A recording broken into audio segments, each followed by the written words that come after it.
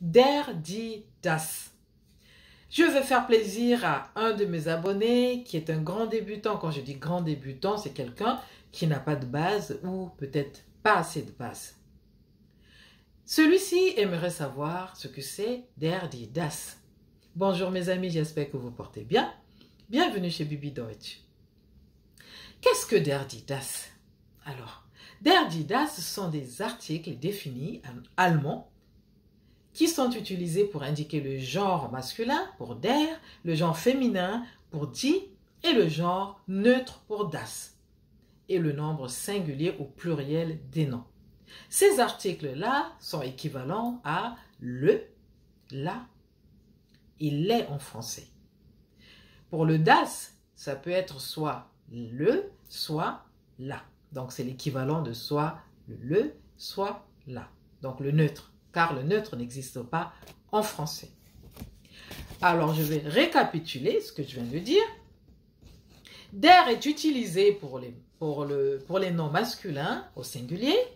Par exemple, on va dire der Mann. Der Mann, c'est un nom masculin singulier, qui veut dire l'homme. Au féminin, on va dire die Frau. Par exemple, die Frau, ça c'est le singulier féminin. Au pluriel, on va dire die Frau. On va utiliser le même déterminant, mais au pluriel, die Frauen. Et au neutre, bon, le neutre, je vais vous donner un exemple, das Kind, par exemple, qui signifie l'enfant.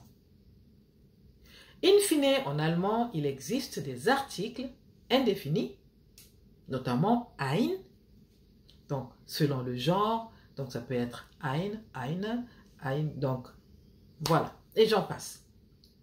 Et la négation serait kein, ce n'est pas l'objet de cette vidéo.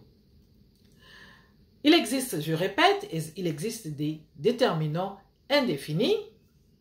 Les articles indéfinis et indéfinis en allemand varient en fonction du genre et du nombre des noms auxquels ils se rapportent. C'est exactement comme en français.